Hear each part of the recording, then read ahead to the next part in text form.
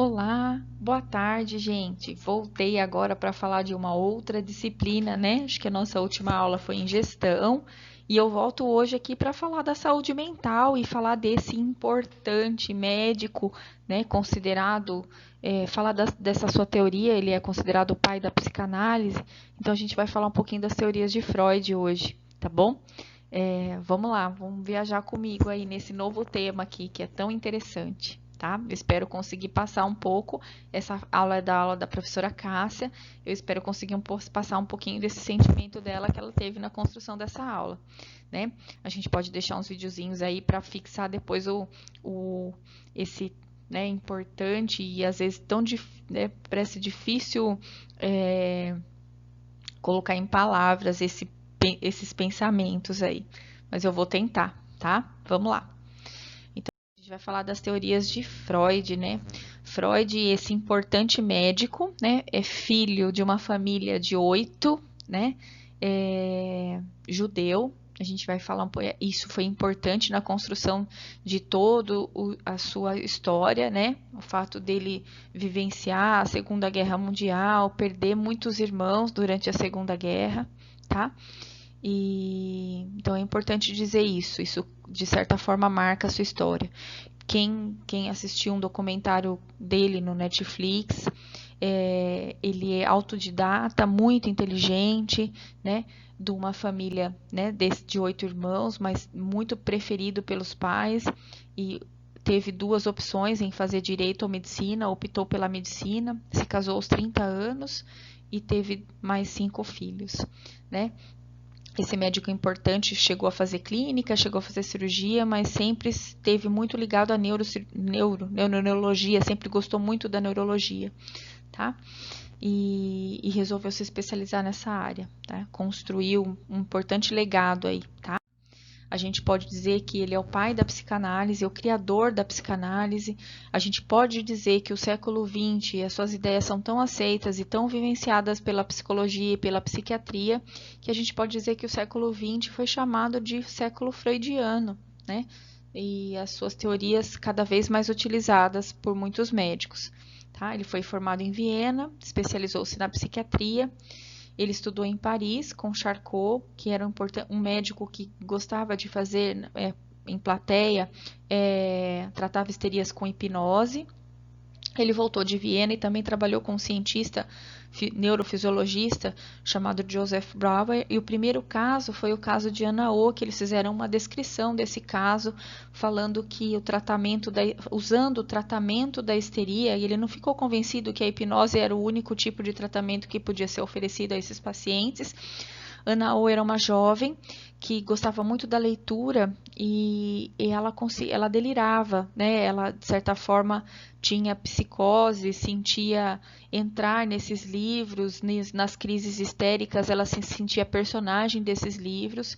Ela precisou cuidar do pai e isso, de certa forma, para ela foi muito marcante. O pai dela era muito doente, tinha um abscesso, tumores, e ela que cuidava. E, de certa forma, ela se abstia, às vezes, desse sofrimento, tendo essas crises histéricas. E esses dois importantes médicos intitularam o tratamento da Ana O de método catártico. E a gente vai falar um pouquinho desse método, que é o método de escuta, de cura pela palavra, na verdade, cura pela escuta. Né? Durante as crises histéricas, esses médicos se deslocavam até a casa de Ana e a ouviam. Né? Então a gente vai falar que a cura pela palavra, porque ela era escutada, né? Durante suas crises histéricas. Freud também foi muito adepto ao uso de medicamentos, ele foi usuário de cocaína, né? Quem assistiu o documentário sobre a vida dele sabe que ele foi defensor do uso da cocaína em muitas doenças, depois ele mesmo voltou atrás por conta de tudo que ele sentiu, né? Ele mesmo usava, então ele sentiu os seus malefícios, voltou atrás em muitas das suas falas, né? Tinha um tumor, fumava, era muito fumante, fumava charutos, 20 a 30 charutos por dia, e ele dizia que isso ajudava na sua criação, no seu método de criação. teve um câncer de boca, né, de boca-mandíbula, foi operado, colocou prótese em mandíbula, mas esses tumores voltavam, e ele usava morfina pela dor e acabou tendo uma overdose, morreu pela overdose de morfina. Né? Passou pelo período da Segunda Guerra Mundial, pela perseguição dos alemães aos judeus, teve que se mudar, ele tinha fobia de mudanças, não gostava muito de mudanças, precisou se mudar, teve muitos dos seus irmãos mortos, muitos dos seus livros, todos os seus livros queimados, e uma frase dele muito importante, ele dizia que se ele vivesse numa época anterior, na época ele seria queimado como as bruxas, mas como ele viveu um tempo mais à frente, ele já era bem famoso, né? Seus livros eram muito famosos, seus pensamentos muito aceitos. Ele não foi queimado, mas ele dizia que seus pensamentos foram queimados, seus livros foram queimados, né? Tamanha a importância que ele teve dentro da construção, né, da psiquiatria e da psicanálise, que a gente vai falar aqui nessa aula, tá? Eu fiz um resumão, né, da sua história, mas tem aí inúmeros documentários, o mais recente é esse do Netflix, né, e que é bem agradável de assistir. Fica a dica aí para quem quiser entender mais um pouquinho ou saber mais um pouquinho desse importante médico, né, para a psiquiatria. Bora lá. Então, o que é personalidade, né? Personalidade, ela vem da palavra persona, né, que se refere às máscaras que os atores gregos usavam, né, nos teatros para caracterizar os personagens, aquilo que eles vestiam, né? Então, a gente tem bastante a referência do triste e feliz, né? E a pessoa encarava ou era aquele personagem, tá? Vou realmente descrever, né, teoria, o que é personalidade.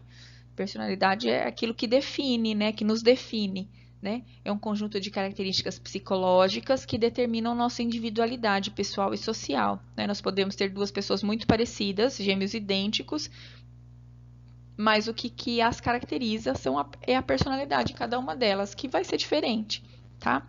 A construção individual de cada um. Essa personalidade, né, foi pela primeira vez que ela foi falada, né, da importância do meio, que apesar de nós estarmos com nossa personalidade, sermos nossa personalidade, né, que o meio é um importante influenciador na formação da personalidade, e ele foi o primeiro a dizer isso, né, veio com a teoria psicanalística dele, de Freud. Para Freud, as primeiras experiências infantis, né, então, as primeiras relações e aquilo que as nossas relações primárias com o mundo, né, são decisivas na forma como a gente vai expressar nossos desejos na vida adulta, tá? Então, ele fala que a sensibilidade dos pais, as necessidades da criança, assim como também a firmeza em colocar regras e normas, né, vão construir o alicerce para estruturar o nosso superego, o nosso ego, né, tudo aquilo que a gente vem expressar dentro da nossa personalidade, tá? Nós vamos falar um pouquinho mais disso. Ego, superego, id, tá? Vamos lá. Então, a teoria da psicanálise de Freud, a gente pode dizer que foi tão importante, né? Acho que não sei se eu já comentei isso, voltando aqui. A sua teoria é tão aceita e foi tão amplamente difundida que no século XX, né, a gente considera o século freudiano, tá? Então, vamos lá falar mais um pouquinho. A expressão da personalidade é caracterizada por esse iceberg. A gente fala, né, que quando a gente vê a ponta de um iceberg, a gente só está vendo um pedaço, o menor pedaço dele, porque ele é muito maior, né, o que os nossos olhos podem ver. E o Freud foi o primeiro a dizer que a nossa personalidade também é caracterizada dessa forma, que a gente tem o consciente, o pré-consciente e o inconsciente. Então, o consciente é aquilo que é a realidade, aquilo que nós vemos, e aquilo que nós expressamos, que a gente coloca em prática como se fossem nossas ações, né? O nosso consciente, é aquele pedacinho que a gente está vendo fora da água, tá? O pré-consciente é aquela parte que está sendo banhada pela água, é a parte pequena, que é primeiramente aqui, ó, esse pedacinho que se banha na água. E o inconsciente é tudo aquilo que a gente não vê, que está lá embaixo, que a gente não acessa, tá? É importante esse esquema para a gente entender depois o ego, o superego, tá? A gente vai falar disso de novo. Então, ele foi o primeiro a fazer uma esquematização da estrutura do nosso psiquismo, né? Então, a primeira concepção sobre a estrutura do funcionamento da personalidade, através de 3 instâncias psíquicas. A gente chama lá embaixo, o que a gente não acessa, né, do iceberg, que é aquilo que está lá embaixo, de prazer, que é o nosso inconsciente, a nossa libido, a função da vida, aquilo que a gente, de certa forma, não expressa, muitas vezes. O pré-consciente são essas censuras, são isso que faz, né? E o Freud sempre falou que o nosso pensamento é linear. Essa construção é sempre linear. Então ele fala assim, não existe uma quebra entre um e outro, existe um caminho, e que esse caminho, a expressão até chegar ao consciente, é uma construção, um caminho. Então, apesar de a gente não saber o que está lá no nosso ID, a gente expressa porque ele passa pelo pré-consciente, né? Que são as censuras, tá? Até a consciência da realidade, que aponta que é aquilo que a gente vê, tá? Então, às vezes, eu vou fazer uma analogia aqui para vocês entenderem. Eu tô com fome. Eu tenho uma maçã e uma coxinha. Eu sei que, de certa forma, eu deveria, né? Porque eu quero me alimentar de forma saudável, eu deveria comer a maçã, né? Mas, às vezes, dependendo da expressão, da construção desse prazer, dessa pulsão que vem, eu posso optar pela coxinha, tá? Então, é mais ou menos essa forma, né? O ID tá lá, é uma coisinha que está escondida. Alguma coisa, algum gatilho vai ser despertado para a gente escolher um ou outro, tá? E essa construção sempre linear, não existe uma quebra entre a consciência e a inconsciência, tá? Vamos falar um pouquinho do que é definição. Então, consciente inclui tudo aquilo que a gente está ciente num determinado momento, né? Recebendo as nossas informações internas e a nossa relação com o meio, tá? O pré-consciente, aquilo que a gente fala que somos subconsciente, são memórias, são coisas que a gente consegue acessar. Na escolha entre a maçã e a coxinha, eu falo, não. Ontem, o meu pré-consciente fala assim, Michele, você já comeu coxinha ontem, então hoje coma maçã. Né? Então, esse é o pré-consciente, tá? É aquilo que você consegue acessar, é aquilo que você consegue, né, trazer, né? Como, por exemplo, o que você fez ontem, o Teorema de Pitágoras, o que você aprendeu na 6ª série, uma viagem que você fez muito importante com seus pais. Então, é uma espécie de depósito que a gente tem de memórias, de lembranças, mas que a gente ainda acessa, tá? Diferente do inconsciente, no inconsciente estão elementos instintivos, reprimidos muitas vezes, né? Alguém uma vez te deu uma bronca, você não consegue lembrar e você age de alguma forma em alguns momentos de forma a ter medo, a se sentir coagido. Então, esses processos expressos e que estão lá no subconsciente lá embaixo, que a gente às vezes não consegue acessar, tá? Os processos mentais inconscientes desempenham um papel importante no nosso funcionamento psicológico, na determinação de alguns dos nossos comportamentos. Fobias, muitas vezes, as fobias, elas são medos que foram transferidos para alguma coisa e que a gente não entende, a gente não sabe por quê, tá? Tô só dando um exemplo, tá? Pode não ser também. Então, tá aqui de novo o iceberg representando a estrutura do nosso psiquismo. O consciente é aquilo que a gente consegue observar, o pré-consciente é aquilo que a gente acessa ainda, que está pouco banhado pela água, e o inconsciente é aquilo que está lá embaixo, que de certa forma nós não acessamos. Qual a relação da nossa mente, né? Relação entre a mente consciente e inconsciente? Freud foi o primeiro a dizer que existe uma mente inconsciente e que a gente às vezes não consegue acessar. A gente acessa de formas que a gente às vezes não entende, né? Então ele foi o primeiro a dizer que existe essa divisão, que essa construção é linear, que o pensamento, nossa personalidade tem uma construção linear, que tem fundamentos, né? E que às vezes os sonhos são formas de manifestar esse inconsciente, manda para o consciente algumas informações, né? Que a gente não percebe ou que às vezes a gente não aceita, tá? Contribuições, a descoberta desse inconsciente. Então, ele foi o primeiro a dizer isso, né? E foi o primeiro a dizer que a gente tem duas pulsões de vida. A pulsão de vida, que é a nossa libido, o nosso prazer, e a pulsão de morte, né?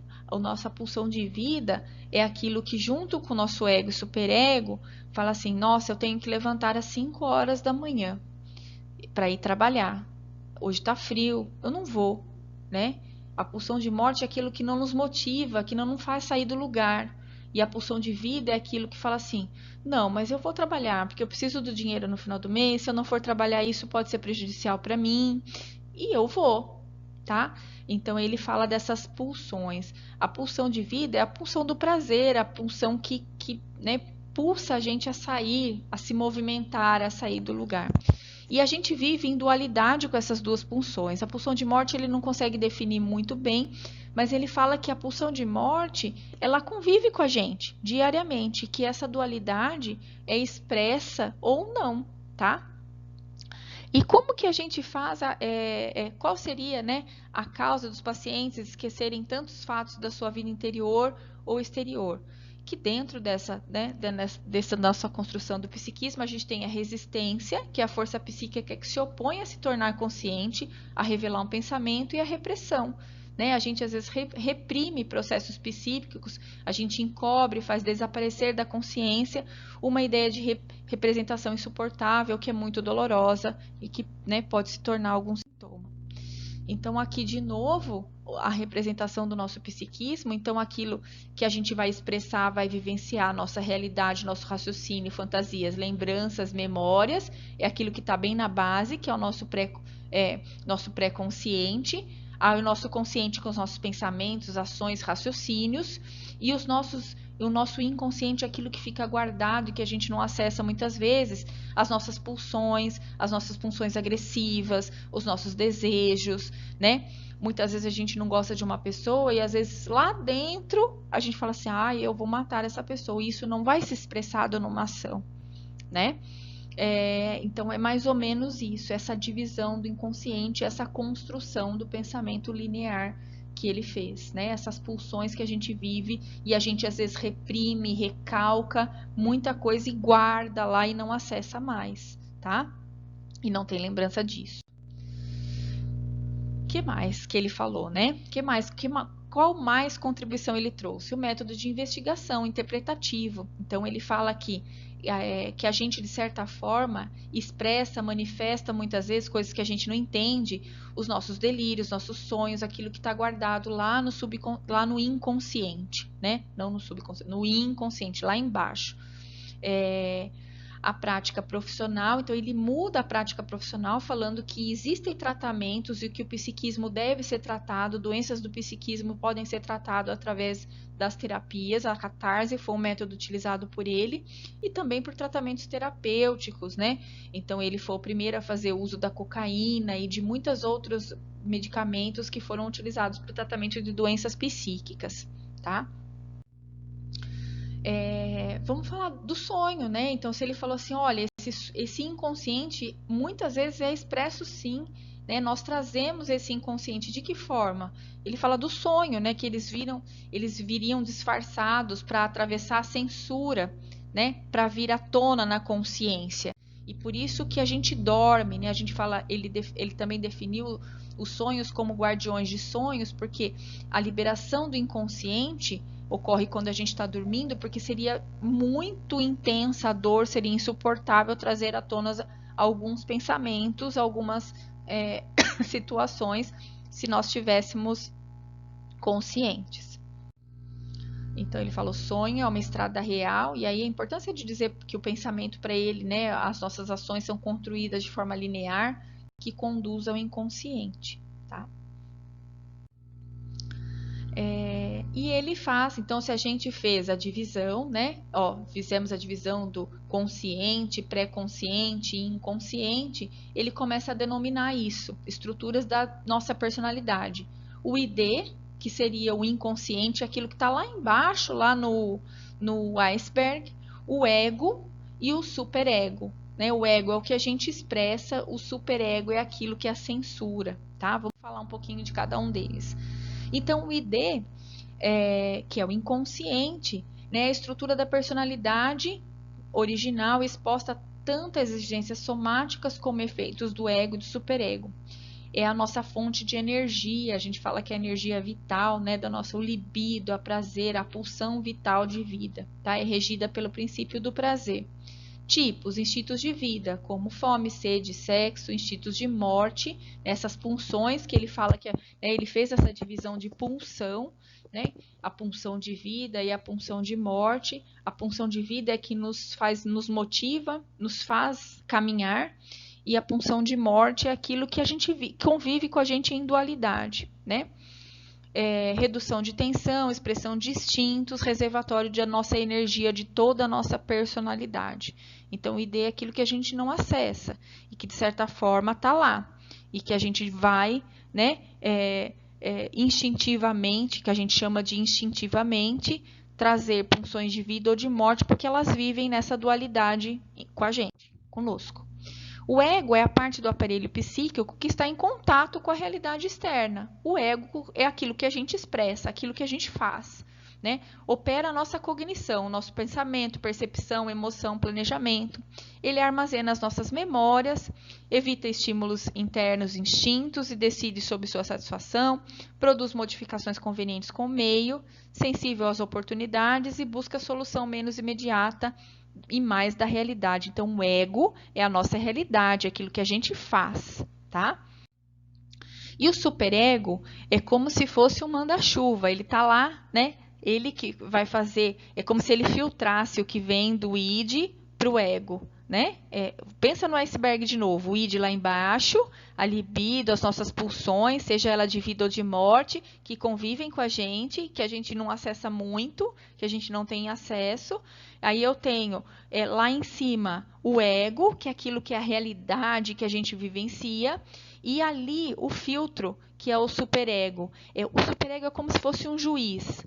Do que eu pego dali e trago para cima? Mais ou menos isso, tá? Pensando na construção da personalidade, de ações reais, que é uma construção linear, né? Então, Freud sempre falou isso, tá?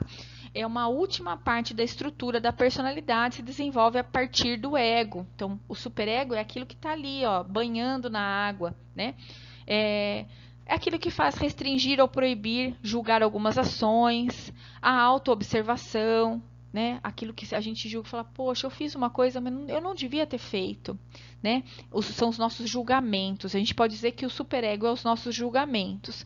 Restrições, compulsões, proibição, sentimentos de culpa, né? Estão todos localizados aí nessa faixa. É o que a gente leva para a consciência. São as nossas construções de lembrança. Lembrem-se disso. São coisas que a gente acessa no superego. Então, tá aqui, ó. Se a gente fosse pensar, então, o ego é aquilo meu, realidade, Michele, e aí eu tenho o id, se fosse né, o monstrinho, e aí eu tenho o superego, o anjinho, se a gente fosse pensar assim, né? E aí eu tenho um que filtra o que vem daqui e eu vou colocar em prática, tá bom? Então, vai lá o iceberg de novo, ego, realidade, aí eu tenho o pré-consciente, que é o nosso superego, é o nosso juiz, e o inconsciente, que é aquilo que vem só do desejo, do prazer, da libido, e que muitas vezes a gente expressa sem entender por quê, sem o superego passar por esse filtro, tá? Então, ele foi o primeiro a falar sobre tudo isso, e o primeiro a dividir tudo isso, e falar que as doenças desse psiquismo são caracterizadas por uma forma de descontinuidade dessa divisão, né? Ou de supressões de alguma coisa, tá? Então, foi ele o primeiro a falar sobre esse aparelho psíquico, né? Então, o id, que é o nosso inconsciente, regido pelo prazer. O ego é regido pela realidade, aquilo que a gente vivencia, né? Estabelece um equilíbrio entre as exigências do id e as ordens do superego. E o superego são aquelas proibições internas, os nossos julgamentos, o depositário de memórias e lembranças, né, de princípios morais de alguns grupos sociais, tá? Então, vamos para os exemplos. Se dependesse do subconsciente, lá de baixo, O empregado deixaria de comparecer ao trabalho num belo dia de sol, porque ele falaria que, eu vou para a praia, né? Aí o ego aconselha ele a ter mais prudência e buscar uma oportunidade mais adequada. A realidade fala, não, você tem que ir. E o superego é o juiz, fala assim, não, é inaceitável um empregado faltar, né? Você tem um compromisso, né? Então é mais ou menos isso. Se eu fosse, vamos voltar no exemplo da coxinha, né? O meu consciente fala assim, poxa, Michele, come a maçã. Aí o meu id tá lá falando, não, coxinha, coxinha, coxinha. E o meu superego, o meu juiz fala assim, você não tem juízo? Você já tá fora do peso, tá cheia de celulite, vai comer coxinha? Não, você tem que comer a maçã. Então, o lidar com tudo isso, né, então, essa dualidade que convive com a gente vai ser transposta no ego através da construção, supressão ou não, dependendo da minha relação com o meu corpo, vai falar, não, eu não ligo de ter celulite, de estar fora do peso, eu vou comer a coxinha sem culpa. E como? Agora, eu posso muitas vezes comer a maçã, ficar pensando na coxinha e vice-versa, tá? Então, é essa dualidade, dependendo de como é a construção, né, das memórias que a gente tem ou não, das memórias que não acessamos, né? Se a minha mãe sempre brigou comigo porque queria que eu fosse magra, né? Isso pode trazer, né, situações difíceis nessa escolha, tá bom? Então, são exemplos só para a gente discutir, para a gente pensar na realidade dessa divisão do nosso psiquismo, tá bom? Relação entre os três subsistemas, né? Então, os três subsistemas da personalidade não são considerados isoladamente, como eu falei, eles são um caminho, né? Então, a transcrição, a passagem de um para o outro é uma coisa construída linearmente. Cada um tem sua função, um comportamento normal de um adulto é resultado da interação desses três sistemas. O propósito prático é fortalecer o nosso ego, né? Independente do nosso superego. Nós vamos ter julgamentos? Sim, temos julgamentos, mas a gente tem que fortalecer aquilo que é real, aquilo que a gente expressou. E ampliar o campo de ação para poder chegar às novas partes do ID de forma saudável. Então, é claro que a gente sempre busca ter prazer, que a nossa vida tenha pulsões de vida com cada vez mais prazer, mas que a gente saiba ter uma relação saudável com tudo isso. Tá aqui ele de novo, né? Então, ele foi o primeiro a falar desse conceito psicanalítico de catarse. O que é catarse? É o termo, né? Uma palavra grega que significa purificação, purgação, né? Purificação pela palavra. O método catártico significa na revivência de determinadas recordações. Então, ele fala que a cura pela palavra. Então, eu vou reviver aquilo, eu vou falar sobre aquilo, porque aquilo vai me trazer a cura, né? Eu vou discutir, eu vou pensar sobre as minhas ações, sobre o meu ego, né? Pensar no que o meu id, que o meu tem me trazido, aceitar tudo isso, né? De forma menos dolorida, de forma menos intempestuosa, tá? Então, é a cura pela palavra, quando na verdade a cura é pela escuta, mais ou menos isso, se a gente fosse falar, né? A cura é para quem fala e a escuta para quem nos guia, né? Já a psicanálise vem disso. Contribuição do Freud pela sexualidade. Freud foi o primeiro a dizer que as crianças têm sexualidade, né? E por isso ele foi muito criticado, tá? E que a sexualidade faz parte da nossa vida, já que ela é uma pulsão de vida, ela vem lá das duas pulsões, né? Da libido, do prazer, tá? A libido é energia natureza sexual, é um componente que está lá no nosso subconsciente. É ela que nos impulsiona a busca da satisfação, né? Então, ele foi o primeiro a falar que as crianças também têm isso. E ele foi amplamente criticado, tá? A libido é, portanto, a energia voltada para a obtenção do prazer. Tá? O prazer, para Freud, é a motivação para todos nós, né? É o que nos motiva, é o que nos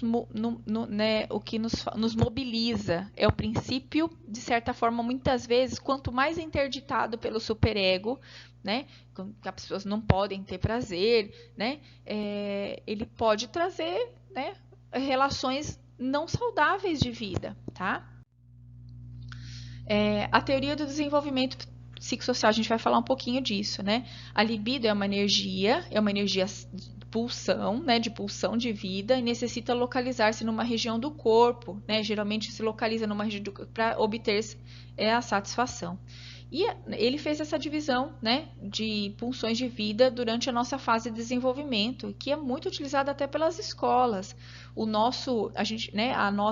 A escola, as fases da educação são pensadas nessa divisão da libido que Freud fez, né?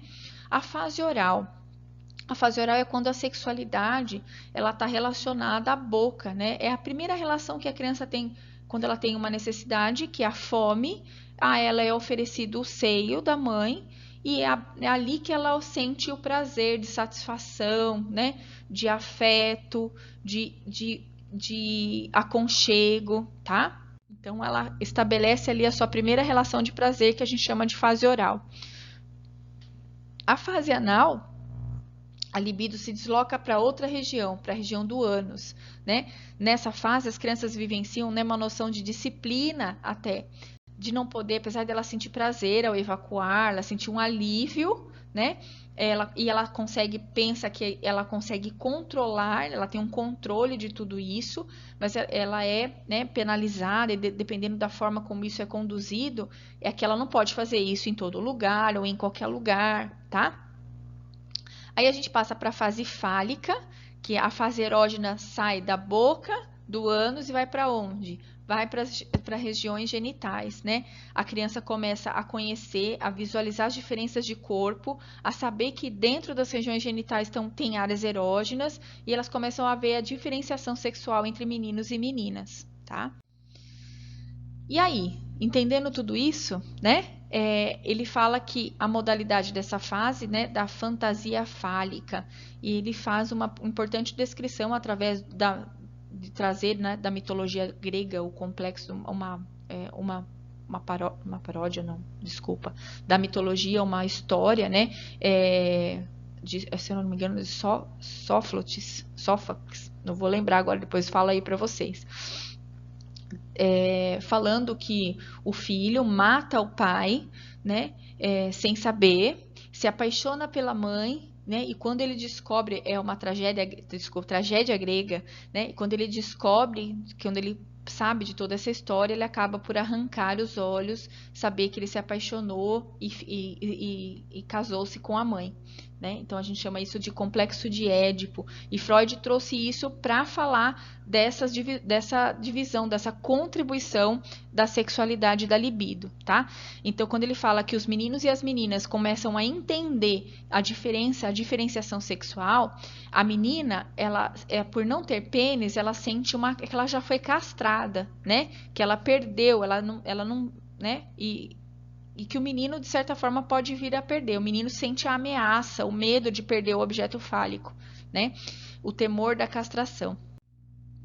E com isso se descreve o complexo de Édipo, né? As meninas, por já não se sentirem, não tem medo da castração, porque elas já se sentem, de certa forma, castradas, elas começam a imitar a mãe para agradar aquele que é o pai, né? E que, de certa forma, elas entendem que o pai gostando delas, elas vão poder engravidar e, assim, ter o objeto fálico novamente. E os meninos, né, ele descreve dessa forma esse complexo de Édipo. Os meninos se apaixonam pela mãe, né, porque entendem que o pai é uma pessoa que compete com ele. Então, ele começa a imitar o pai, de certa forma, ter uma imitação dessa figura masculina para que a mãe goste mais dele, tá? Então, o complexo de Édipo, que é essa determinação da sexualidade ou da nossa relação com a sexualidade, é um conjunto de desejos organizados de hostis que a criança experimenta com relação às suas relações com o pai. Ela desempenha um papel fundamental, segundo Freud, na estruturação da personalidade do desejo, né, da orientação ao desejo sexual também. Né? Então, Freud dizia isso, que essas relações, o complexo de Édipo, faz a construção da orientação sexual. Tá? A mãe é um objeto de desejo do menino, como a gente falou, né? O pai é seu rival que impede o seu acesso ao objeto desejado. Ela ele procura então assemelhar-se, né, ao ter reações parecidas e imitar o pai, para ter como objeto de desejo a mãe, tá? Escolhendo, né, o comportamento. E fora que ele tem medo, né? Medo da castração, porque ele ainda tem o objeto fálico, mas ele ainda vive com a angústia de perder. Essa introjeção da lei dá origem à formação do superego, né, do herdeiro direto do complexo de Édipo, que foi essa tragédia grega que eu contei para vocês, tá? A censura. A censura é a função, né, que tende a impedir os desejos inconscientes na formação ao acesso ao consciente. Então, a censura seria o nosso superego, tá? A libido, que significa vontade, desejo, né? Para a psicanálise, a grosso modo, ela é a energia, a pulsão de vida, tá? A pulsão sexual, né? A libido move os instintos de vida, particularmente o impulso sexual. A gente falou que então ela é importante, a busca pelo prazer. Então a libido é uma forma de busca pelo prazer.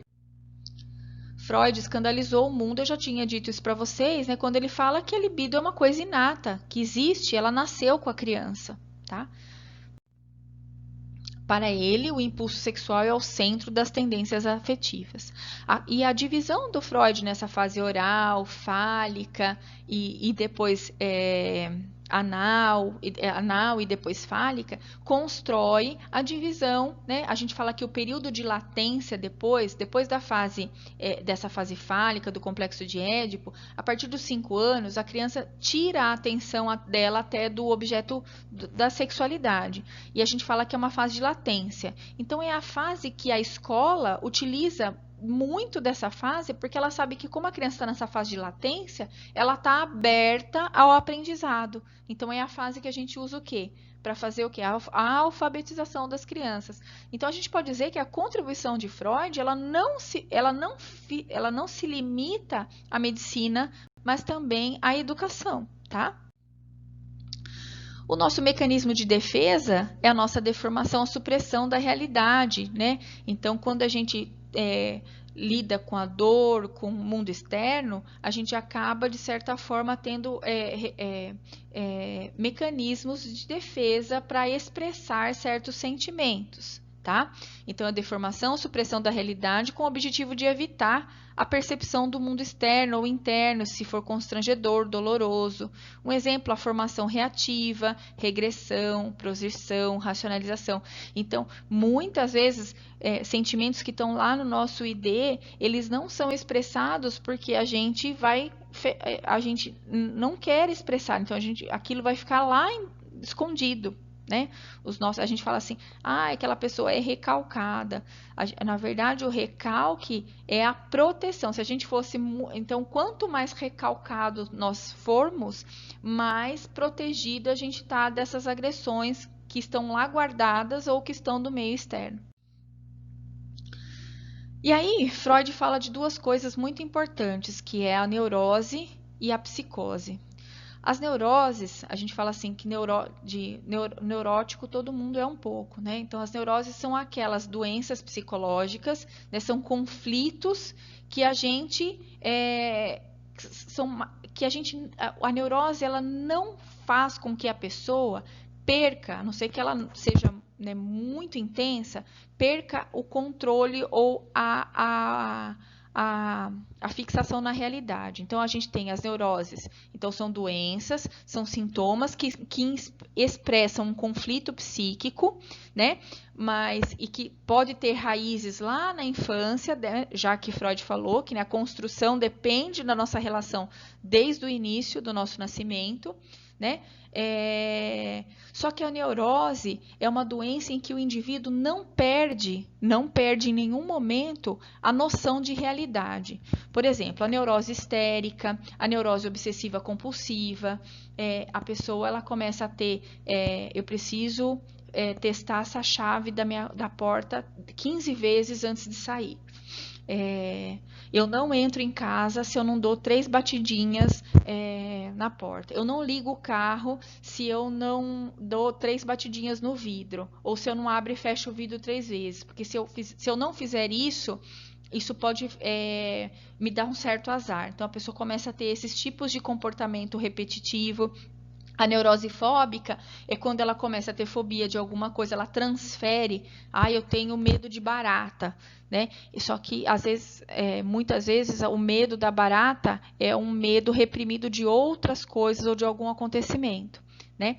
Então, só que a neurose são doenças psíquicas em que o indivíduo não perde noção da realidade. Ele sabe que é meio doideira ele abrir e fechar 10 vezes ou 15 vezes a porta. Ele tem noção disso, dessa realidade, que ele perde 5 minutos, mas para ele é de extrema importância fazer esse ritual. Ela sabe que olhar para a barata, ela sabe que é uma barata, mas a fobia dela por barata é grande. Então ela sabe, ela não perde a noção, ela não olha para a barata e vê um dragão, vê um monstro. Ela sabe que é uma barata, mas ela continua tendo a fobia da barata. Então as neuroses são doenças expressadas, doenças psíquicas expressas, né? E que podem ter um transtorno lá da infância, mas as neuroses não fazem o indivíduo perder o contato com a realidade, tá? A perversão é um desvio também, né, principalmente sexual, em que ele é reconhecido como normal, a pedofilia, o sadomasoquismo, tá? Agora aqui a gente vai falar, então, o que é importante fixar desse conteúdo, que neurose e psicose. A neurose, o indivíduo não perde o controle, não perde a noção da realidade.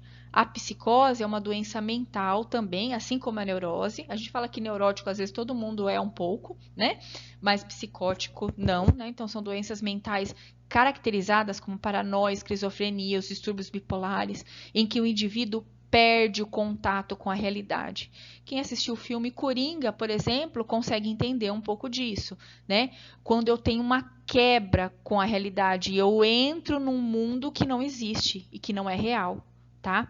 Então é importante fazer essa divisão, e quem falou disso a primeira vez foi Freud, que as doenças psíquicas, elas se dividem em dois braços muito fortes: as neuroses, né, que são tratadas, que devem ser tratadas também, né? Tem vários tipos de neurose, a gente falou de algumas ali, mas são vários, a gente vai falar de mais algumas delas.